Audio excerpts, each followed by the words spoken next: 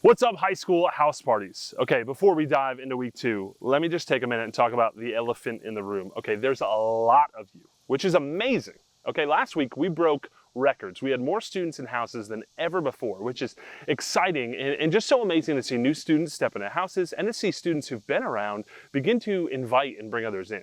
It's to the point where we need more houses, which is awesome. That's exactly what we want. More houses with more groups, with more students connecting with each other, connecting with a leader, and connecting with Jesus. Chaos is a movement, and we want that movement of Jesus to go forward and lead to houses all over Camden County full of students talking about life and what it looks like to find a full life in Jesus and follow him. But until then, I hope whatever spot you're crammed into is comfy, because we're about to dive into week 2 of This Is My Campus. Hopefully this past week you've been seeing your school differently. Hopefully you've been feeling differently about your school, your practices, your the hallway, the people in the hallways, all of it. Our goal is not to view our school as somewhere we have to be, but instead somewhere God has specifically placed us. Somewhere God placed you to make a difference, to have an impact for him, to change things, to flip the spiritual climate of there, to help others find a full life in Jesus. Because remember, chaos is a movement, not an event. We aren't just house parties and rush. We are a group of students and leaders who are on a mission to flip the spiritual climate of Camden County schools. We want to lead disconnected and unfulfilled students to find a full life in Jesus. We want our schools and our county to be different because chaos is here.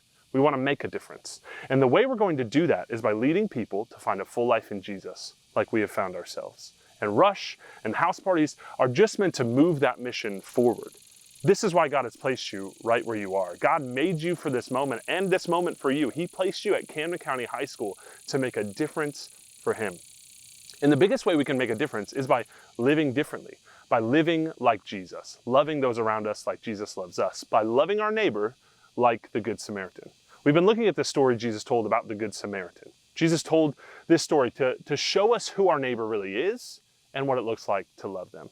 Last week, we talked about how we have to see those around us and we have to feel compassion for them. We can't love and care for people we don't even notice. And we won't love and care for people that we don't feel anything for. Our heart for people should line up with God's heart for people. But the Good Samaritan didn't just see someone and feel bad for them. He took action. He did something for them. And when we look at the story, we see the first 2 guys just kept walking. They saw the guy in need and they either didn't care at all or they didn't care enough to stop what they were doing to help. But the Samaritan stepped in. He took action.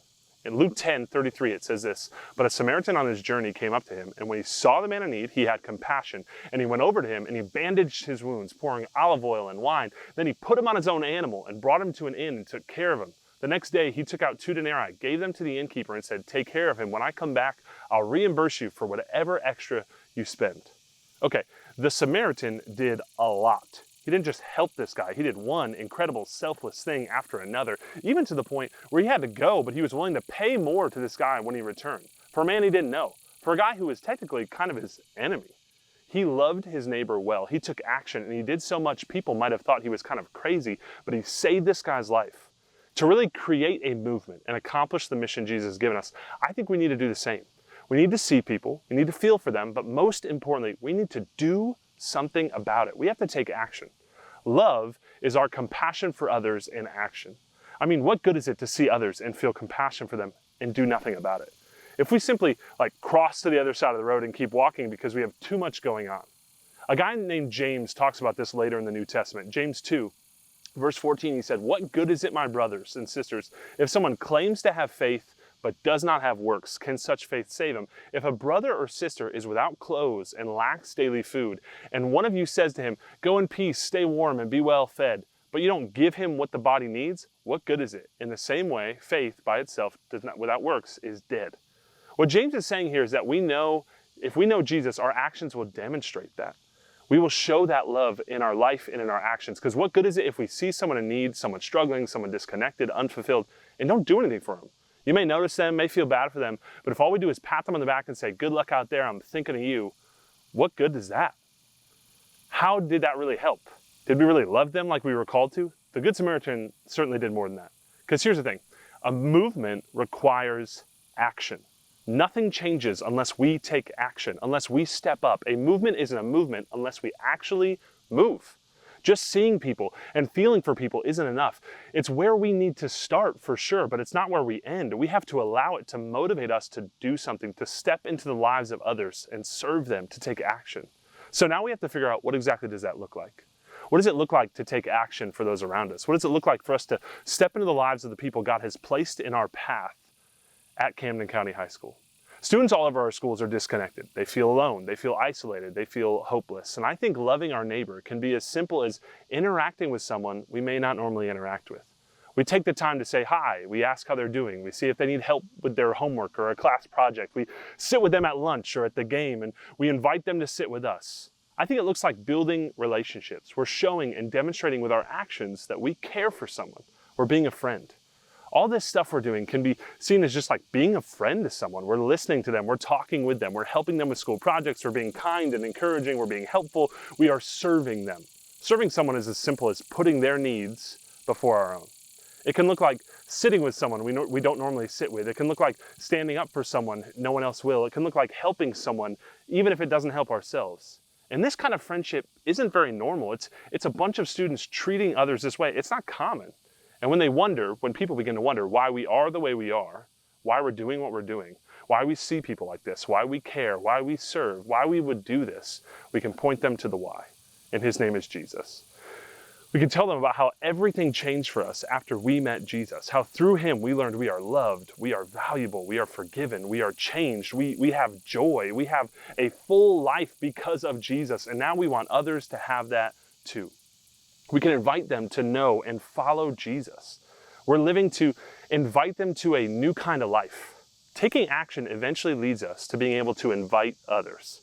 But remember, it's not just about inviting people to events. It's about inviting them to a new life found in Jesus. And don't get me wrong, inviting someone to Rush or house parties or church on Sunday morning is a great thing. We should definitely do that. But the mission is not to invite people to events. It's to lead them to Jesus. And events can help someone know Jesus for sure, but how much more powerful is it if someone is living in a way that shows Jesus every day? How much more interested in Jesus would someone be when they see the hope, joy, love that he brings to your life every day at class, at practice, at work?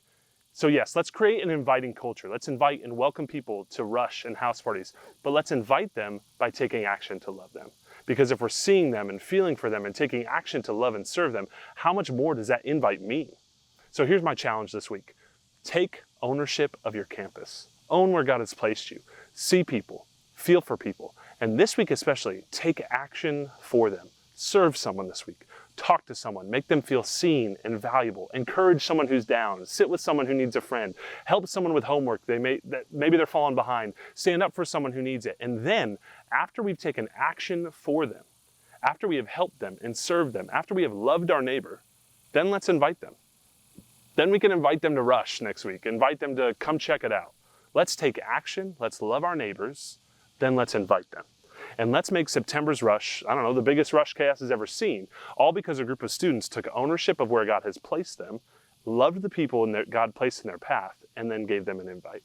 We can flip the spiritual climate of Camden County Schools. We can change things, not because we're amazing, but because God has made us for this. He wants to use us. God made you for this. So let's be a generation of students who take action, who start owning their campus and living in a way that chaos really does become a movement. And then let's celebrate as God begins to use a bunch of students to change Camden County Schools.